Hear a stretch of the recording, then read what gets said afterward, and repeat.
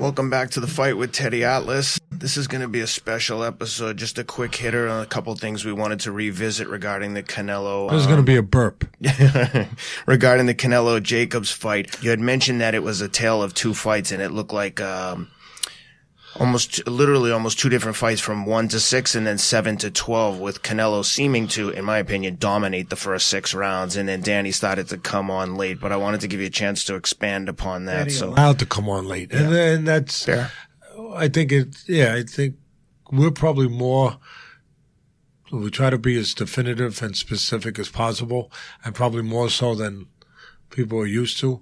But he allowed is probably the proper term to go with that. Yeah, because in the first 6, it did look like Canelo was in complete control and had a lot of confidence that seemed to grow each round until the second half, like you said. And it looked like one could argue either Canelo let off the gas or Jacobs picked it up. But I know you have You could say that wouldn't be the first time. You could say Canelo ran out of petrol. Mm-hmm. You know, the gauge started going towards the E a little bit. I touched on it that maybe he didn't do enough road work. You know, I don't want to make excuses for him, but the echoes were out there that he's got a knee problem and maybe he's going to have to visit a doctor after this, or orthopedic guy, and see whether or not there's something that has to be done. But he wears a brace on his knee, so maybe he didn't get to do enough cardiovascular. It's no excuse. I mean, you got to be ready. Otherwise, don't sign the contract. But I don't believe it was that. I believe it was, getting to a place that, are you going to go to the next place? And it's not a talent or an ability or a quality that can be seen. It's not visible. It's invisible. But it's there. It's what I touched on, being an excavator, not just a landscaper, not just a guy that is taking care of the surface, but a guy that digs, a guy that wants to find more. The fighters that I think at least in my world, get the privilege of being called great, they're never satisfied. They're always looking. They're always searching. They want more. They got to find more. They got to find more. It's a human tendency to do just enough and not do more if you're not forced to. But it's a sign of greatness and I don't care if it's a lawyer, I don't care if it's a doctor, I don't care if it's a teacher, or whatever it is, whatever your trade might be, your craft might be, I mean, it can be a carpenter, it can be a baker. You want to explore, find more. Because why? Because you can. Why? Because it's there. Canelo was doing that up until the point that difficulty arise, to the point of symptoms of, conditioning, lack of, whatever it was. And he paused. And that allowed the door to open for Jacobs. When that happens, again, you're not going forward because you're not sure if the coast is clear. You're looking for a beacon. When we're in our struggles, it's no different than being at sea, and it gets a little rough, it gets a little edgy, it gets and it gets a little dark. Why do you think they put those buoys out there with the blinking lights? So there's hope. Now just think about it. You're going towards a destiny, and all of a sudden it gets dark, it gets cloudy, it gets thunderous, it gets choppy. But are you still going towards that, or do you stop going towards that now? And just hope that you went far enough. Do you just stop and just, hope that you can drift the rest of the way? Or do you keep going towards that? And then you see the beacon and you go towards that. But what about if the beacon didn't come? What do? You drown? No, think about it, really. Yeah. What do? Do you freaking drown? I'm saying these people that possess that, they keep going without seeing the beacon. Because the beacon's within them. Mm-hmm. The beacon is always pulling them, always calling them, always blinking. Because there's more there. Go. Go, find it.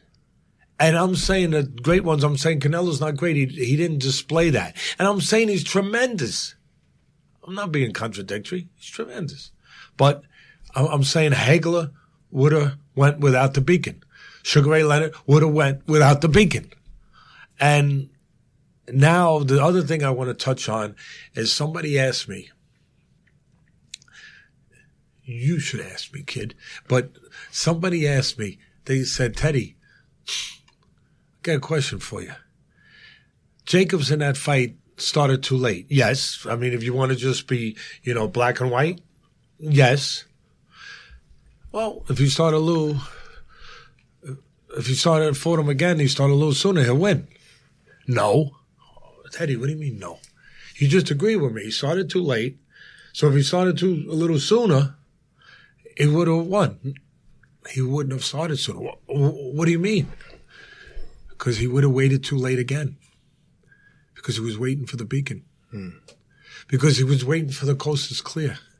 He was waiting for the light. He was waiting for the signal. He was waiting that he's the guy, and I touched on this the other day with our episode, and he's the guy in your office at the end of the hall, and it's an office building full of talented people.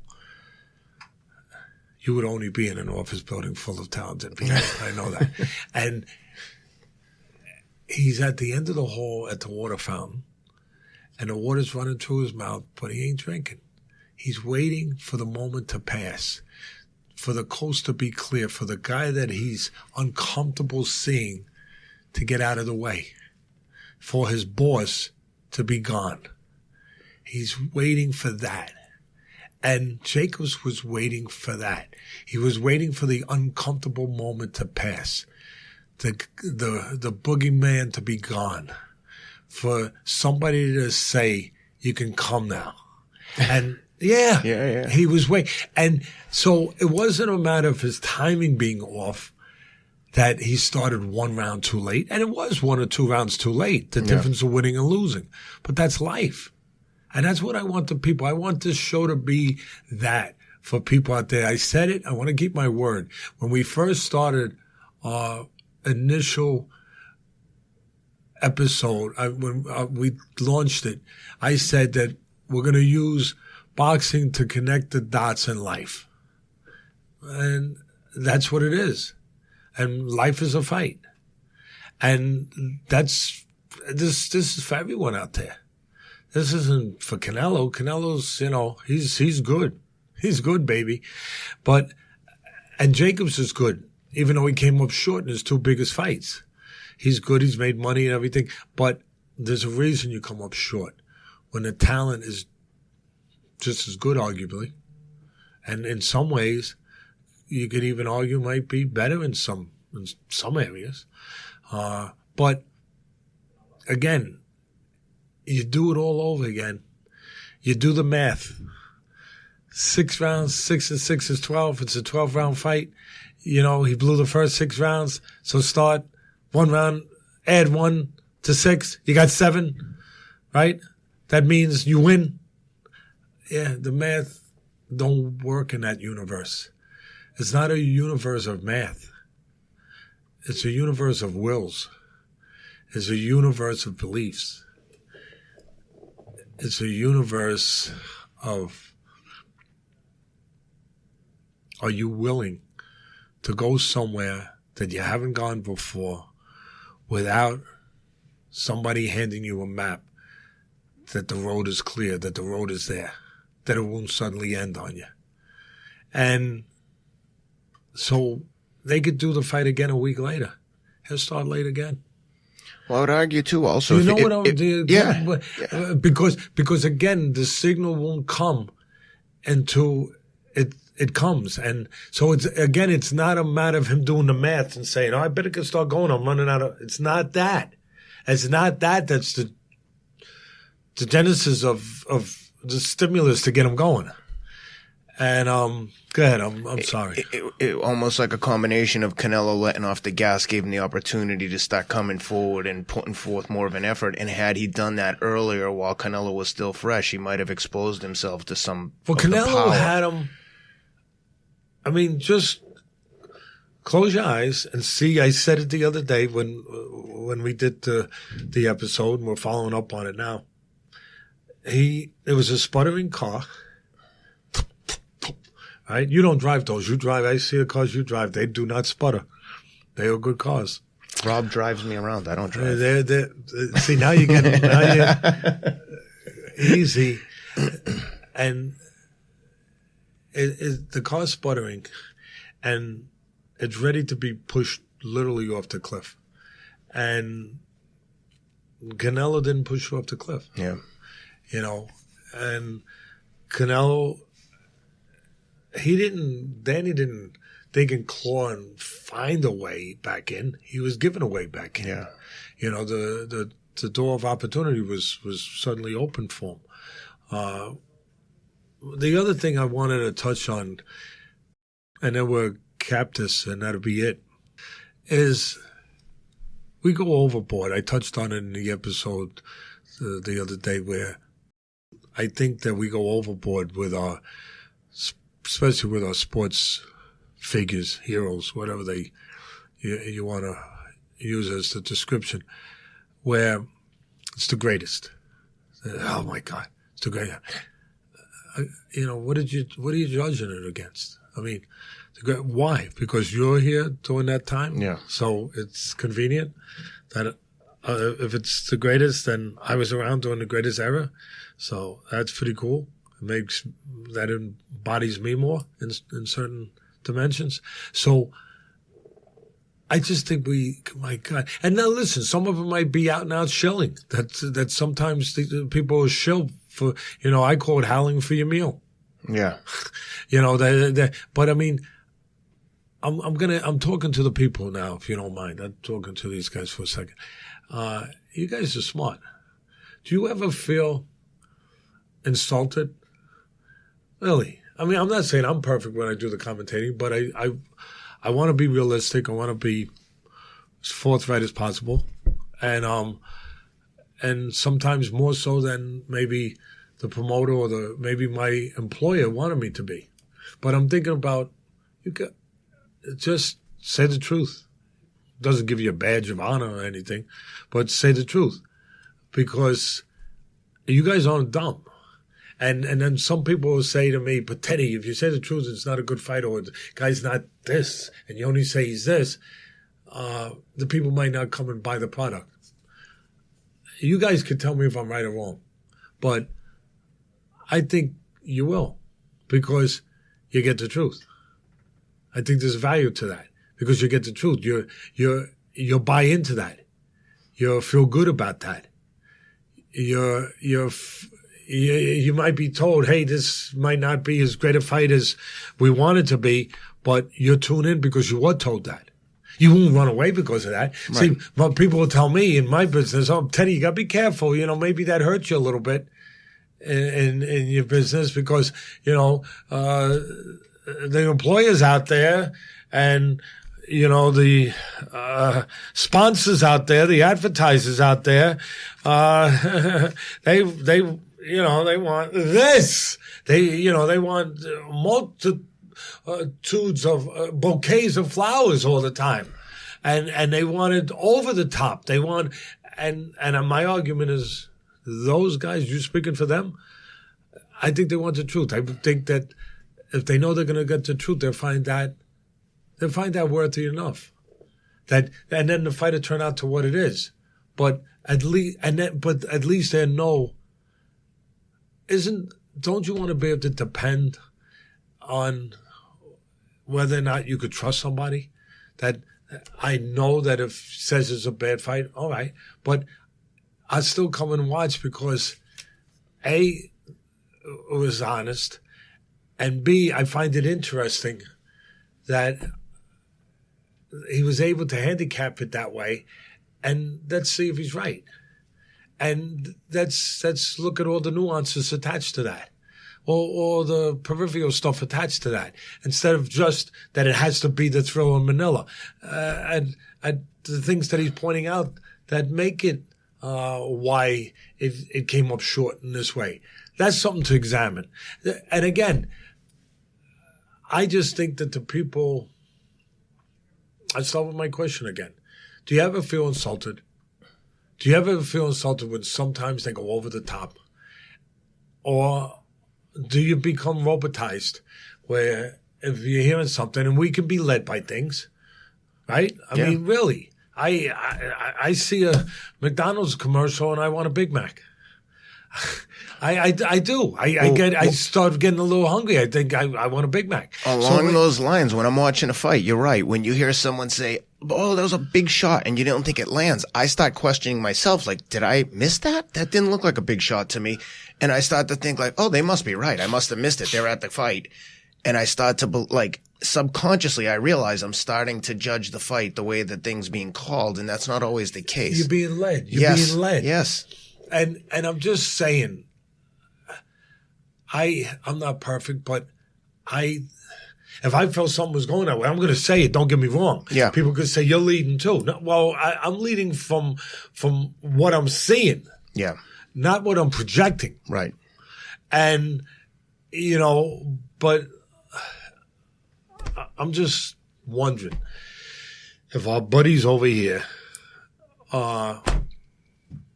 ever feel used, played, a little bit, that, and insulted a little bit, kind of like De Niro said in Goodfellas. You insult him a little bit. A little bit, Tommy. Yeah. Yeah. So, and I'm just curious that, again, that is it true? Am I playing this wrong? That if you tell the truth, even when it's not to your benefit of, what you're selling, right? That it will hurt you with the fans. Yeah. And with the advertisers thinking that it'll chase the fans. Or will the fans say, no, there's a word to that. You know what? I'm going to watch it.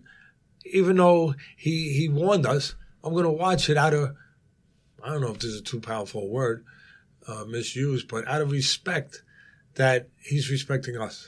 Yeah. And see what we get. And go down this road because there'll be good ones too.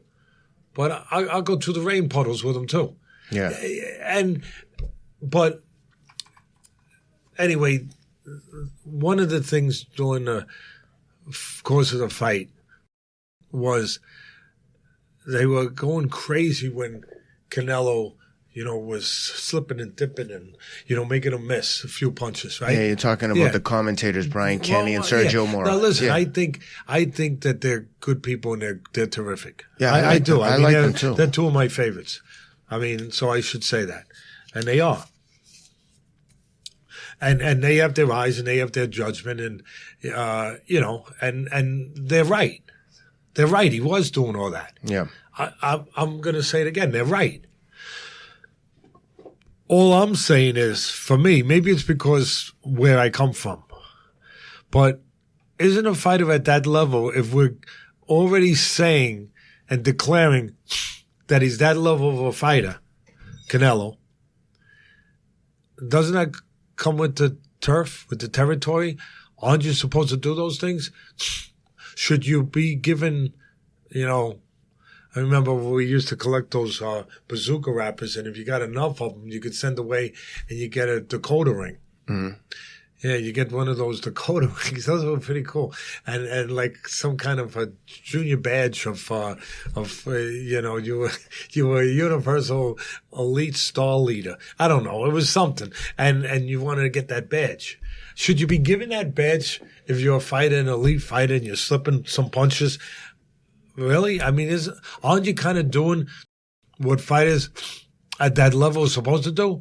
I mean, isn't it kind of a given that that's what?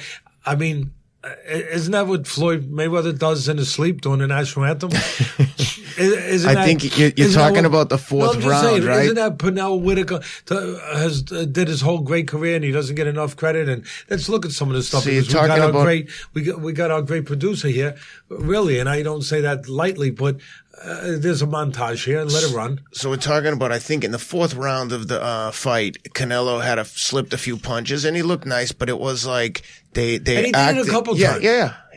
Let it run. And look, very nice. Very beautiful. But you know what? There is something missing too. Guess what it is? Jelly. I like my peanut butter with jelly. I see the peanut butter, right? Where's the jelly? Where's the punching back? Where's the countering? So I can make the argument. Very good, right? yeah. That Mayweather did the same thing, but he countered. Pernell did the same thing, Sweet Pea, and he was sweet, baby. He countered. Yeah. All right? Tyson, right? Not my favorite buddy in the world, but Tyson, when he was really good, he'd make you miss. Bang! He hit you in between. Yeah. So that's a good point that no one talked about. Is he was slipping him, but he wasn't throwing anything off the countering with anything. And if he was throwing back, maybe then he would be that level I'm talking about. Maybe I'm just saying, and maybe Jacobs isn't there when maybe he does go off the cliff. Yeah. But the point I'm making, I didn't even want to go into that place. The point I'm making is, aren't you supposed to do that if you're that level fighter? Let's watch some of the other guys through the history of the sport. There's Floyd. There's money, baby. You're making a miss, okay? Now he counters back a little bit. But I'm just saying that this is not Halley's Comet. Again, this is not the solar eclipse when a guy makes you miss. This is what fighters do. Even Fury does it at 6'8" or whatever he is. Even he does it. It's not that remarkable. I mean, there's Sweet Pea. Oh, he was great in the southpaw. Oh, he was tremendous. And there's, I mean, look at Sweet Pea. Oh, baby. You know, like the old timers would say, stand right in front of you and you can't hit him in the backside with a handful of buckshot.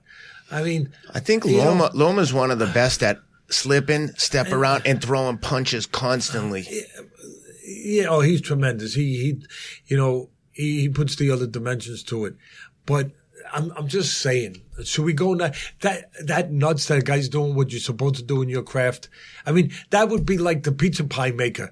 I know you watch the diet, so do you have pizza? I hope you enjoy pizza once in a while. Please, have fun. All right?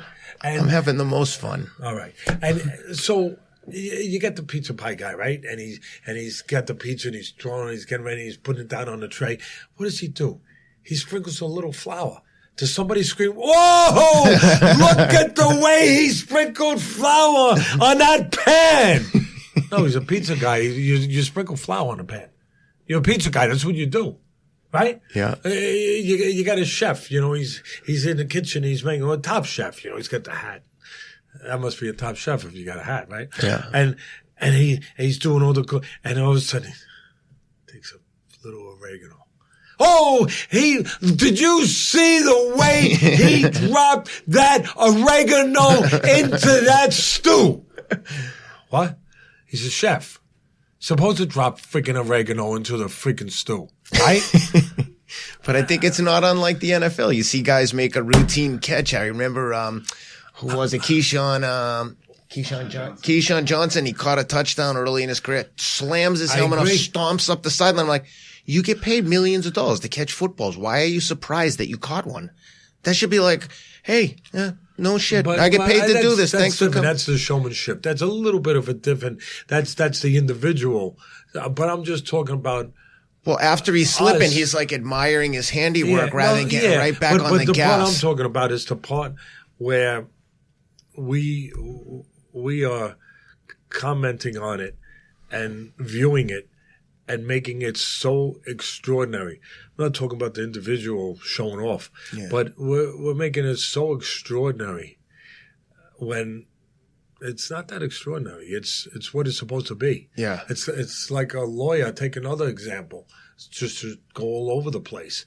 It's like a lawyer And you say, did you hear how direct and confident and specific that lawyer addressed the jury? He's a lawyer. He's supposed to talk direct and with specifics and with confidence and with eye contact. That's why you're paying him $400 an hour. I mean, he's a lawyer. If he didn't talk that way, you probably wouldn't pay the $400 an hour. You know, and getting back to the individual showing off, I always hearken back to the example in football years ago to the great Jim Brown, who probably was the greatest running back of all time, at least in my estimation.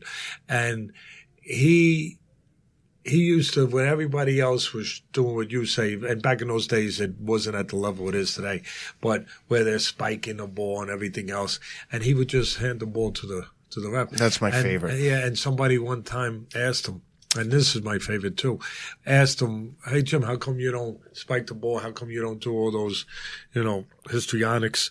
He goes, I've been here before, and I expect to be here again. It's not that big a deal. And this is where I expect to go. When I carry the ball, I expect to go there. I expect to go to the end zone. And, when I see guys like that, and then you see like Odell Beckham and some of these other new receivers and NFL guys, and they do these elaborate touchdown dances, all I can think is like Ronnie Lott, Jim Brown, looking at them, and they must be like, what in the hell? What is going on here? What are these guys doing? Because those guys were just killers on the field, and they never did that individual stuff. Look at my touchdown dance. I mean, I can't even imagine what their reaction would be to that, to seeing that. Thank you for allowing me to recap some of this stuff from the other episode and just make clearer points on it. Yeah, no, that was great. We're going to wrap it there. Thanks, everyone, for tuning in. Hope you enjoyed that, and we'll be back.